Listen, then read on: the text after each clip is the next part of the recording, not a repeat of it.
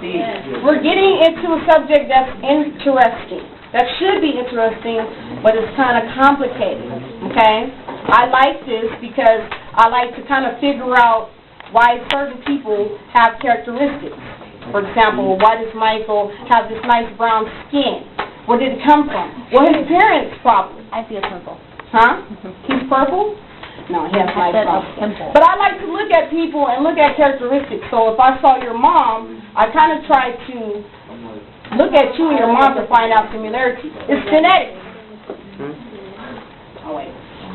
So when we're talking about genetics, we're talking about not only gene characteristics, but physical characteristics. Like people with dimples. I wish I had some. But that comes from a gene that this guy, he's really cute, got from his mom or his dad. Or like a cleft chin. You guys call them butt chins? Those are cute, oh God. That is from a gene, a trait. Widow teeth. That little triangle shape. If you don't have a straight hairline, I'll wait. If you don't have a straight hairline and you have a triangle in front, that's widow teeth. That is a trait that you got from your mom or your dad. Lastly, we're talking about genes. We're mentioning genetic disorders. Somebody doesn't want 5 points. Like Down syndrome. Okay? And you guys ask me, Ms. D, is it really okay for a person to have more than 46 chromosomes? And, well, yeah, but it's not particularly okay because they'll have a disorder called Down syndrome. Okay, so this lady right here, she has 1 extra set of chromosomes, meaning she has 47. Okay, causing her to have Down syndrome. So here we go. 3 objectives for today. We're talking about introduction to genetics. First of all, when we think of genetics, we have to think of a man named Gregor Mendel. He contributed to genetics very, very strongly. He's the reason for a lot of our understanding about genetics. Okay? So, first objective, I can summarize Mendel's conclusions about inheritance. Vocabulary terms. Remember, vocabulary is important. Inheritance. I like to think of inheritance as a torch being passed. Okay? Like, my grandparent passed the torch to my grandma, who passed the torch to me. I'm inheriting certain things from my grandmother. Number 2, I can explain the principle of dominance and the law of segregation. So those are also some vocabulary terms that you will be able to understand with the principle of dominance when it comes to genes and the law of segregation. Okay, third objective, you'll be able to create Punnett squares. Yes, we're going to be doing math, but it's fun math. Nobody in here has heard of a Punnett square before? Some people, good. They're fun. They're not all bad. They're simple. You get to really see what an offspring, somebody's offspring will look like by doing a Punnett square. So if you cross a parent, a man with a woman, and you do a Punnett square, you get to see probabilities of what their kids may look like doing that. So you will be able to create a Punnett square and analyze the results using the principles of probability. So, probability. Quick example. If I flip a coin, what is the probability that it will be heads? 50-50, right? Because there's only 2 sides. So we're dealing with likelihood. That's the concept. And this is kind of a long lesson, so I can't go back. So I need third period to be on point with the note-taking.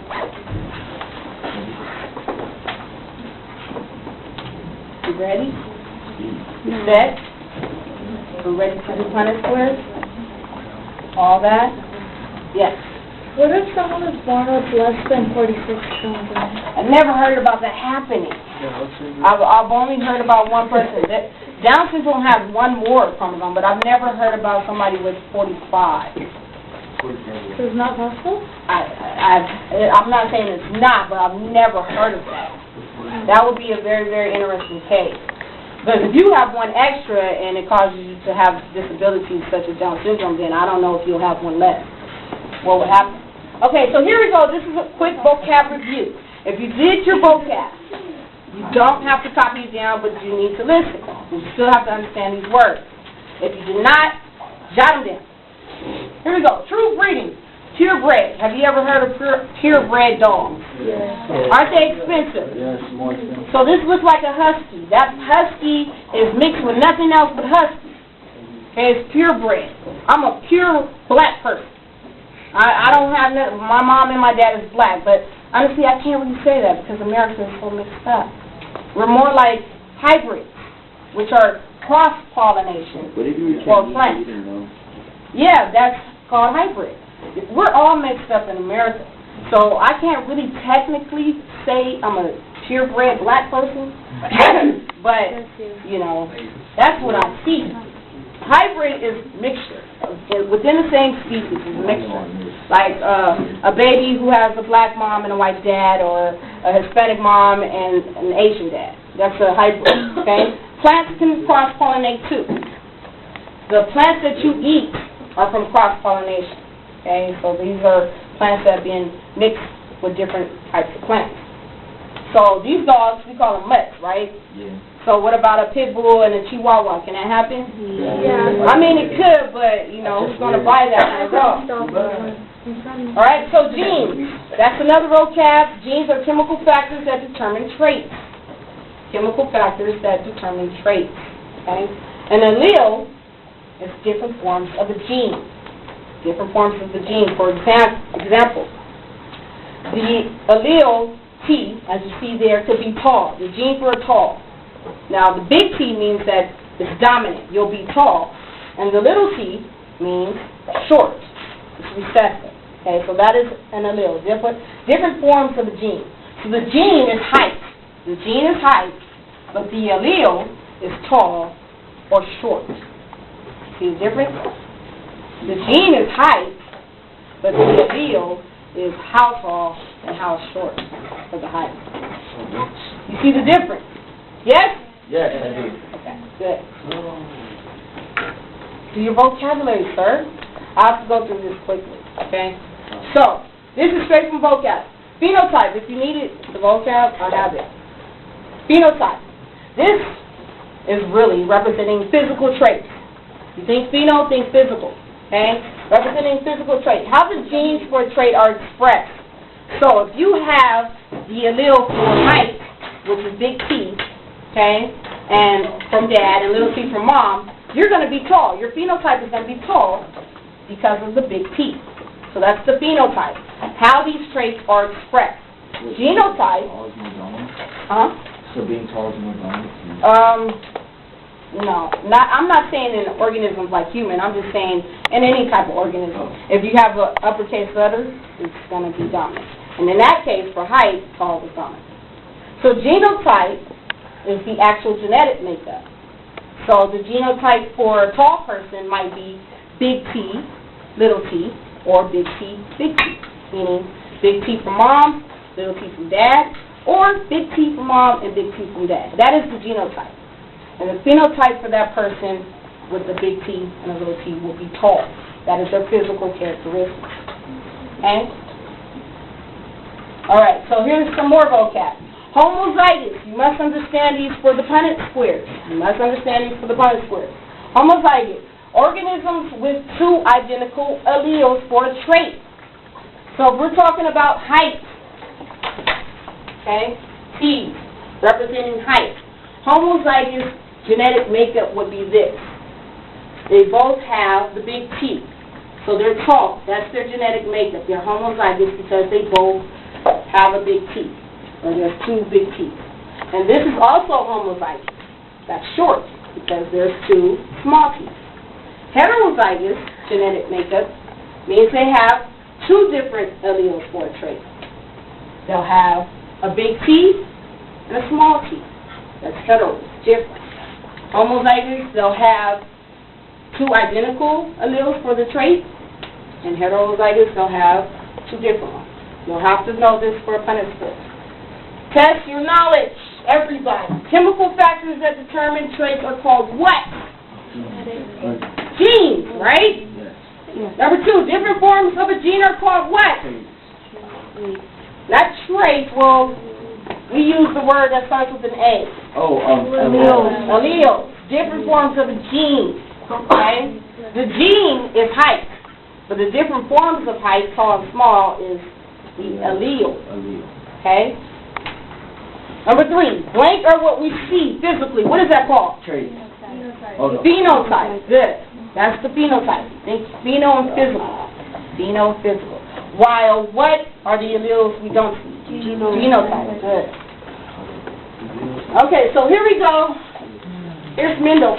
There's Mendel right there. Looks like Mendel has the trait for a cleft chin. You see that butt chin right there? Yeah.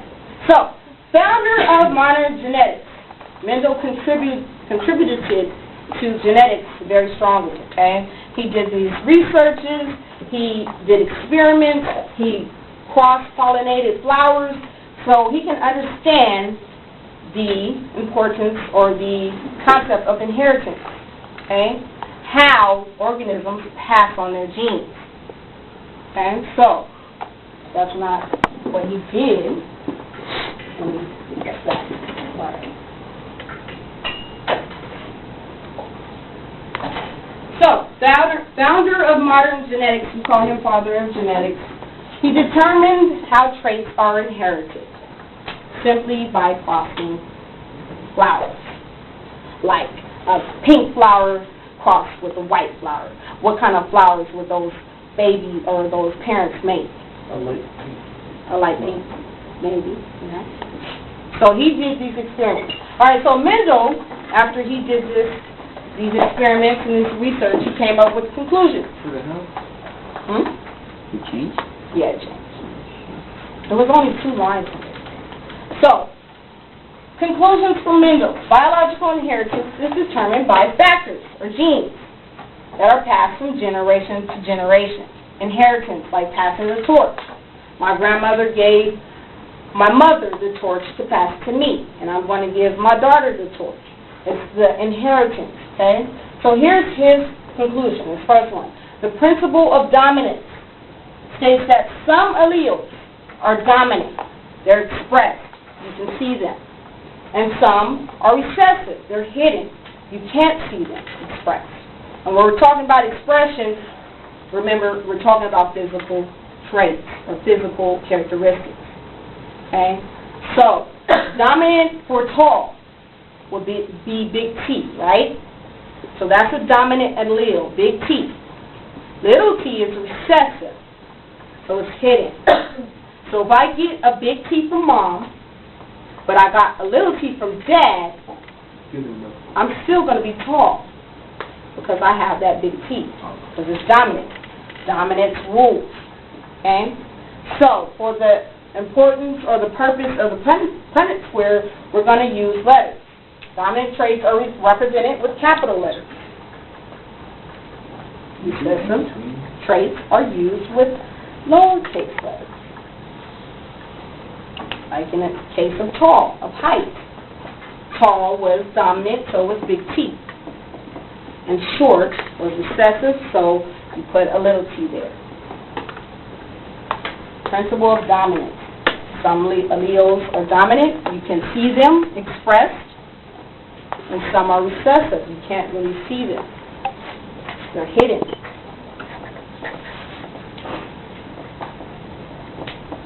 Like, I have a trait for sickle cell anemia, but I don't have sickle cell anemia. It's a hidden trait because it's recessive. Okay? It's a deformity of blood cells. It can cause you to be sick because of your blood cells not performing the way they should. So because I have a dominant trait that says you won't have sickle cell, then I don't have it, but I still have the trait.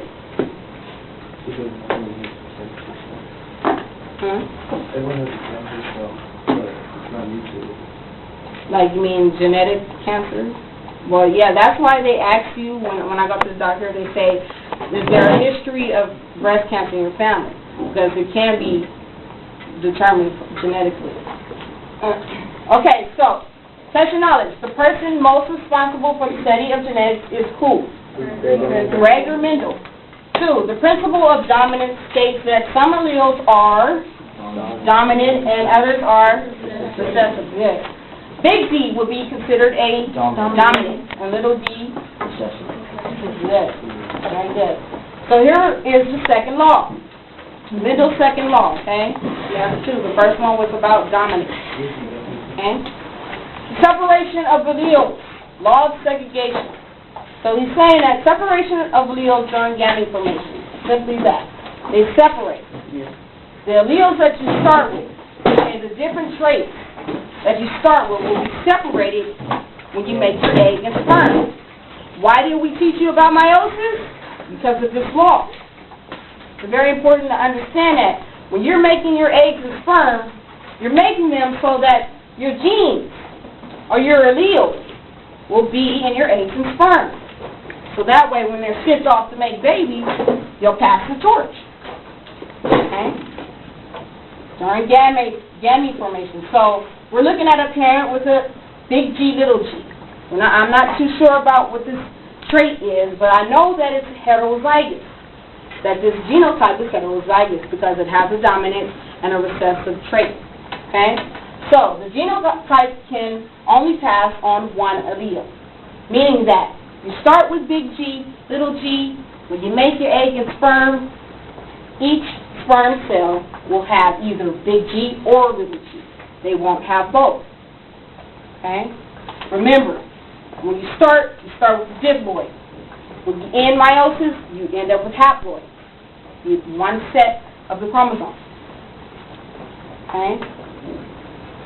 So, this cell right here is going through meiosis.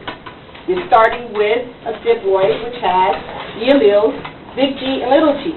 You divide once. Here you'll have still just big G. On this side you'll have little g. Divide again. 4 haploid cells. All that have different alleles in each cell. Why are we doing that? So we can combine with an egg cell if this is sperm. So we can make babies. Is it possible for a guy to be born with one nut instead of... Oh, Jesus. That's another subject. That's another subject. We gotta get into reproductive organs for that one. Now, if you ask me, will they produce more sperm? I don't know. Okay, so, special knowledge. Segregation is the separation of alleles during the formation of what?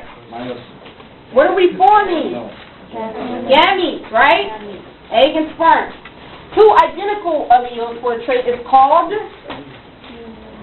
same, homo. You got to know these terms, guys. 2 identical alleles for a trait, homozygous. You got to know these terms. Okay, heterozygous is when they have different alleles for a trait.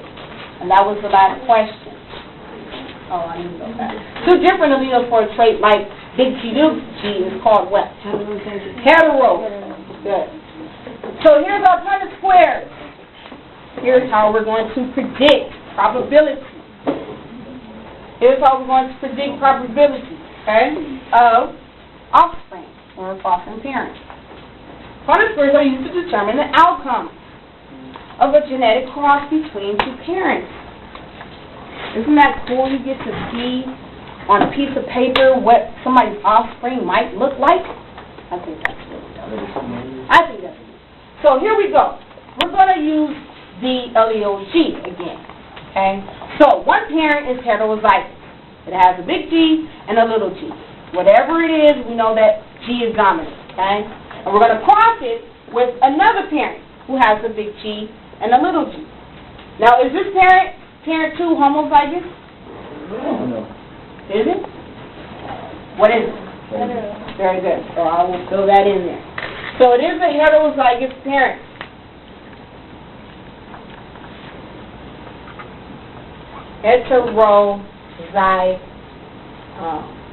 ZY. Right. Good. There we go. Okay, so let's do our Punnett square. Very simple. I'm going to draw first 4 squares, okay? So, parent 1, I'm going to put at the top of the square, okay? Big G, little g. Parent 2, I will put on the side. Now, to see what these babies are going to look like and what kind of genotypes they will have, I'm going to cross them. Simple. Big G cross with big G gives me 2 big G's. Little g cross with big G gives me big G, little g. Simple, right? And big G cross with little g gives me big G, little g. Big G, little g. Very good. And little g cross with little g gives me little g, little g. Very good. Simple as that. Okay? So we just predicted the likelihood of what these parents' offspring will be based on their genotype.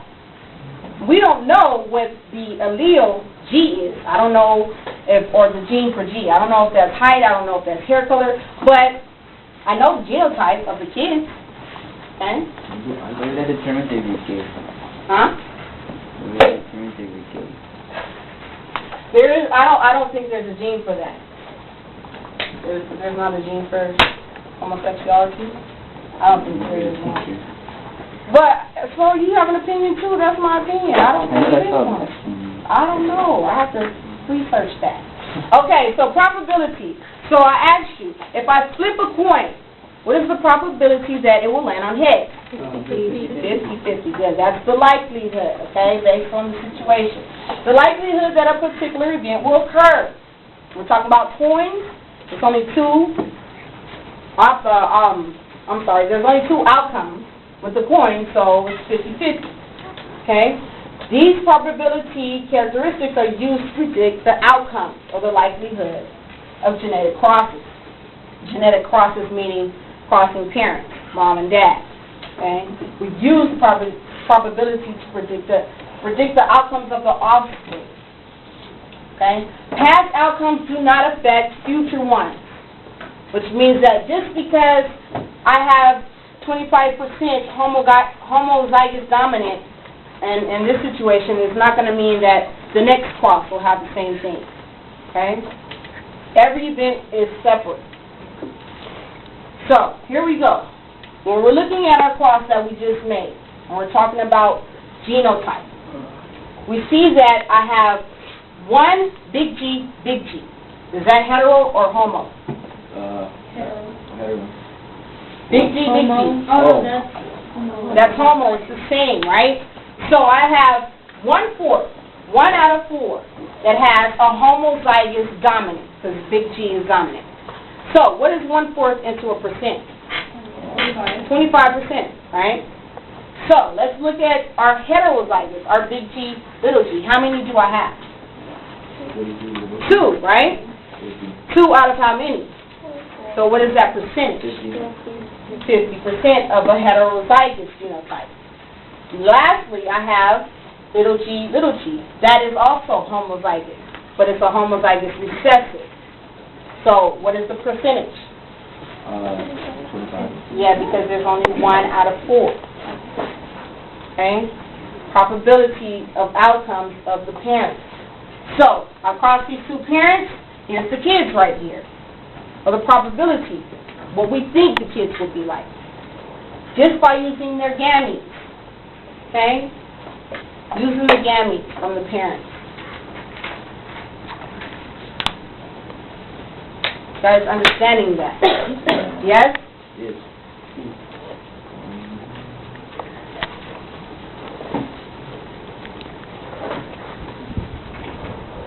Okay, test your knowledge. Blank is the likelihood that a particular event will occur. Probability. A diagram which can be used to determine the outcome of genetic process called Punnett square. All right, so here we go. This is your time to shine. Do this by yourself. Let's see what you got. Okay. Draw the empty box. I know it's going to pop up, but this is going to help you out because we're practicing. Separate the parent alleles. So, this is what we're using. Ladies and gentlemen. We're using a dad who is a homozygous dominant man. That means he has two identical alleles, big T and big T. Is he tall or short? Tall. And we're going to use a mom who has a homozygous for short, recessive. Good, homozygous recessive. When we cross them, what do we get? Do it. Cross them. Dad up here, mom on the side. Go ahead. Cross them. You'll get heterozygous. Huh? No, draw them in your nose. It's heterozygous. Cross the parents. Dad is on top, mom is on the side. Cross the parents. And we're dealing with both homozygous parents. Are we crossing these, ladies?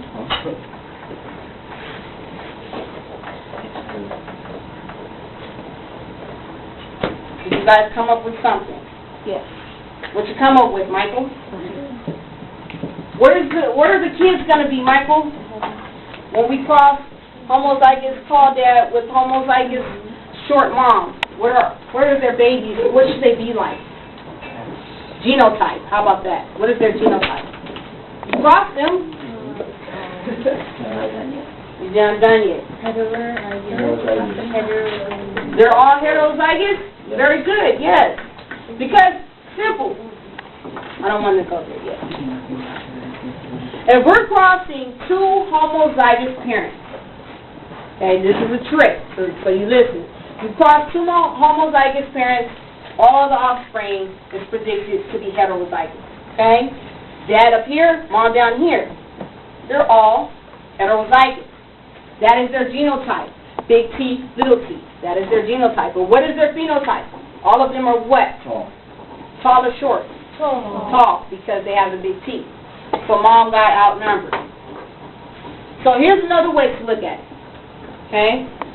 So dad is not homozygous, he's heterozygous. I don't know what A is, I don't know what gene that is, but we know it's heterozygous.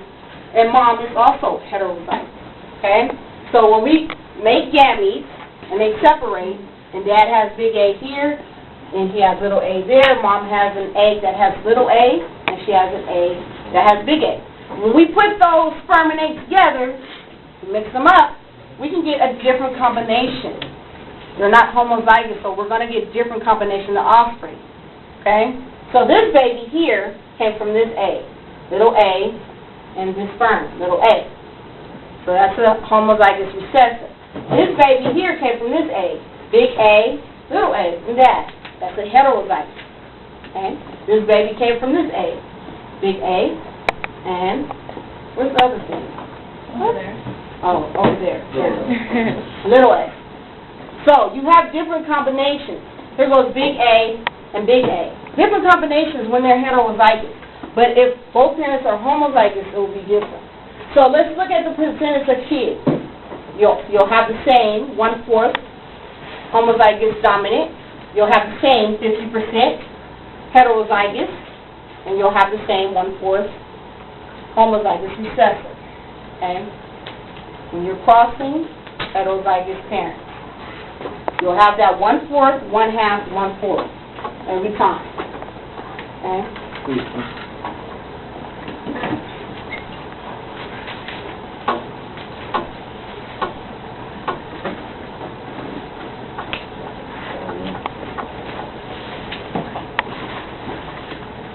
That's why my mom has 6 kids, and all of us do not look identical. We have certain characteristics, but we're different because of these different formations. The gamete formation, they separated genes, so when they combine, when mom and dad combine, the outcomes will be a little different.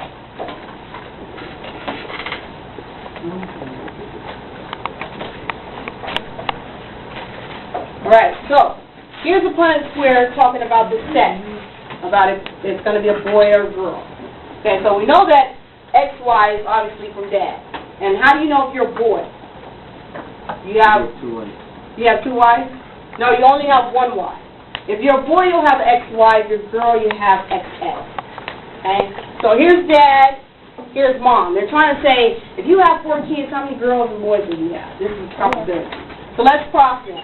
gametes separate, okay? So that means X goes with X, that's a girl, that's a girl, that's a boy, that's a boy.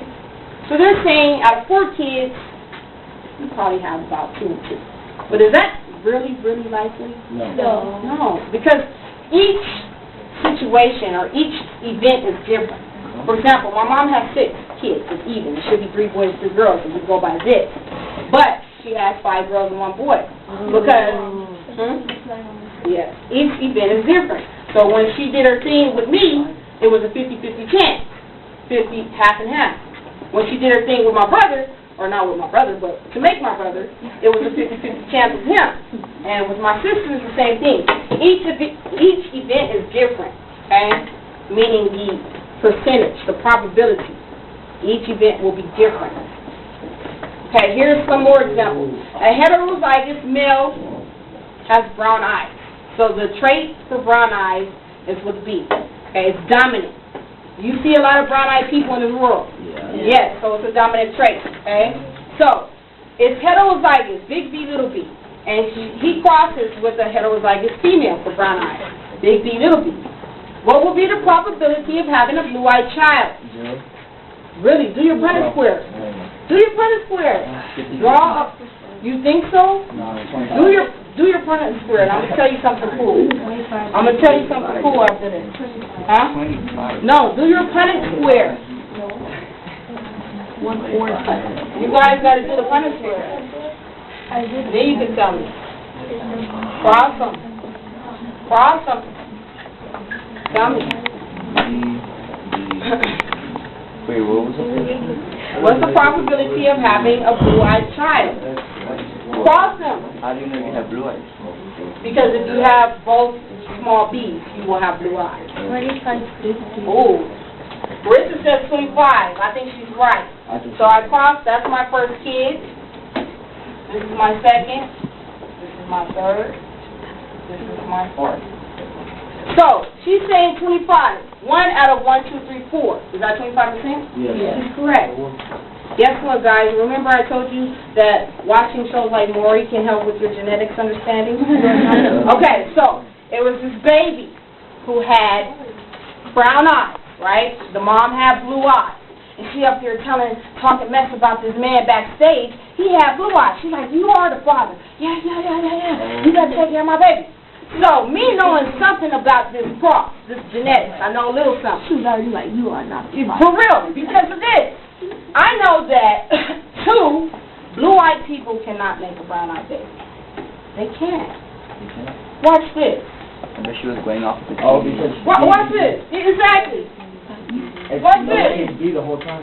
B, little B, mom, that was mom. Little B, that was dad. Blue, all the time. All the time, right?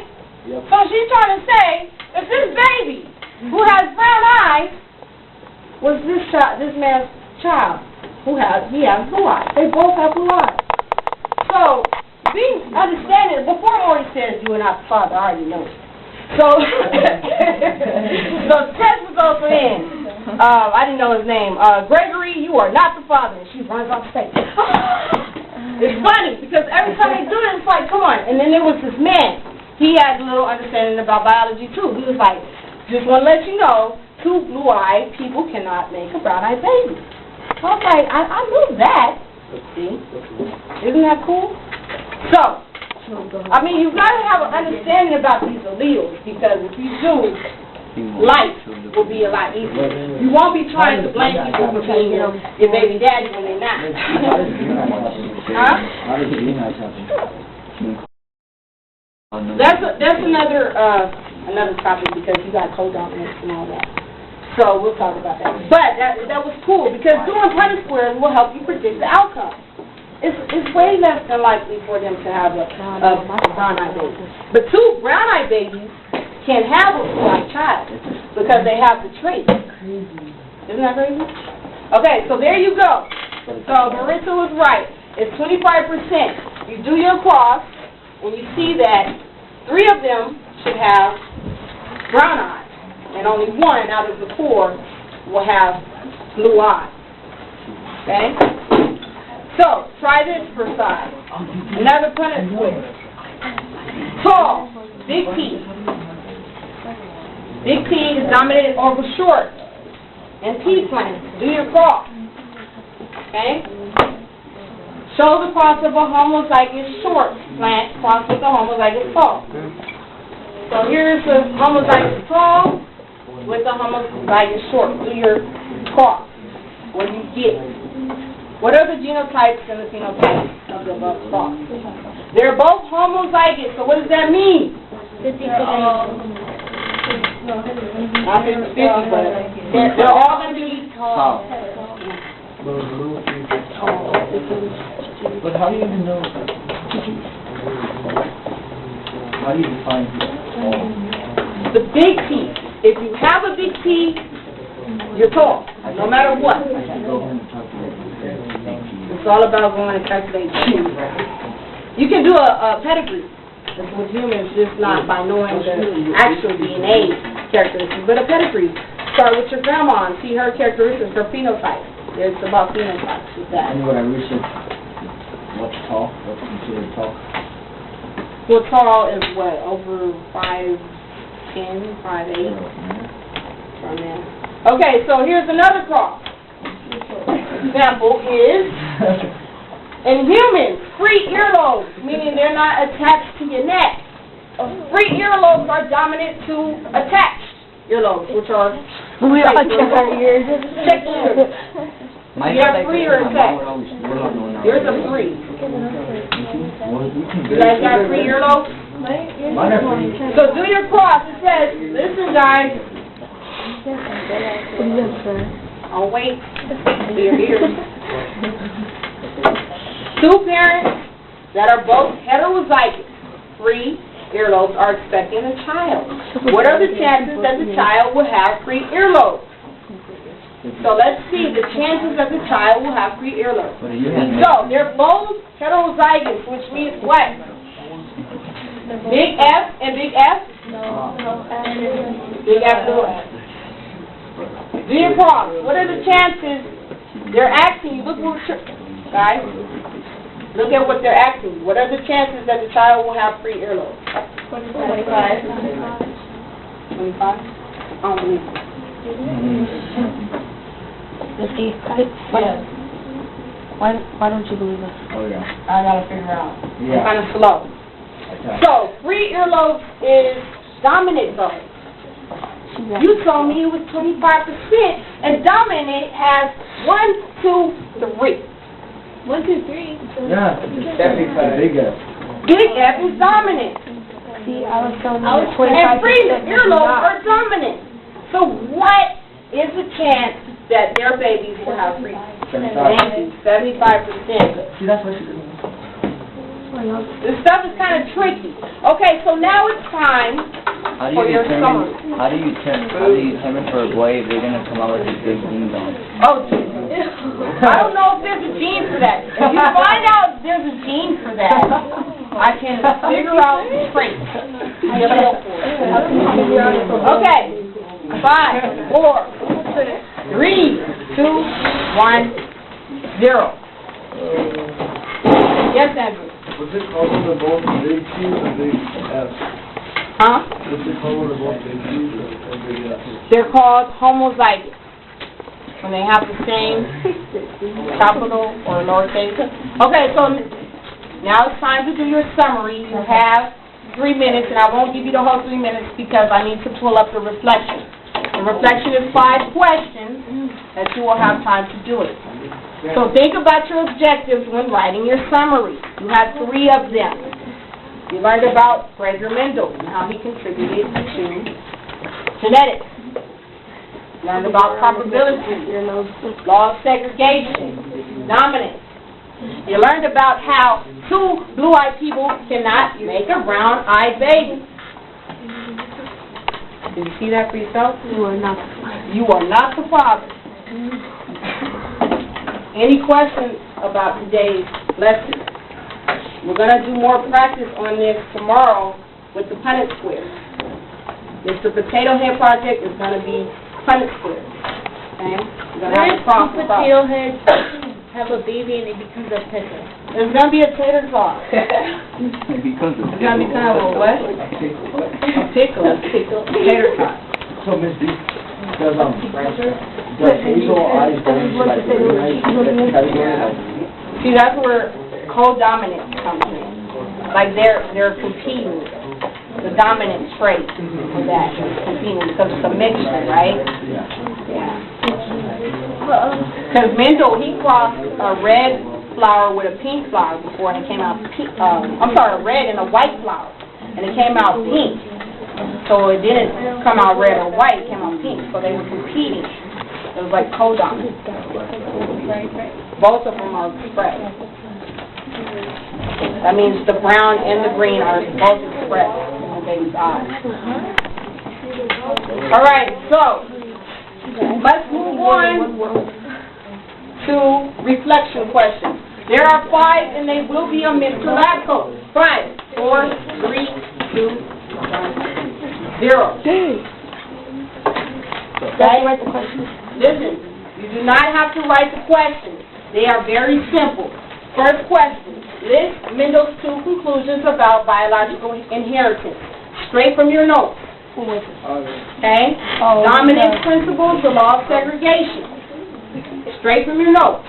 Number 2, why does segregation occur? What are we making for segregation? Sammy? Okay. 3, write an example of a homozygous allele. Ladies and gentlemen, write an example of a homozygous allele. You can use big T, little t, or big T, big T. That's an example. Homozygous, they're both the same. Then the heterozygous will be big T, little t. Number 4, this is a cross that you will have to do. I will give you the alleles for the cross. So, yellow T's are dominant to green T's. So I'm going to use Y, big Y for yellow. Green T's will be little y, because it's recessive. Show a cross between a homozygous yellow, so big Y, and a homozygous green, little y. Do a Punnett square. Okay? And then it says identify genotypes and phenotypes. So you know if you have a big Y, you're yellow. If you don't have a big Y, you're green. Okay? Do your Punnett square. Big Y.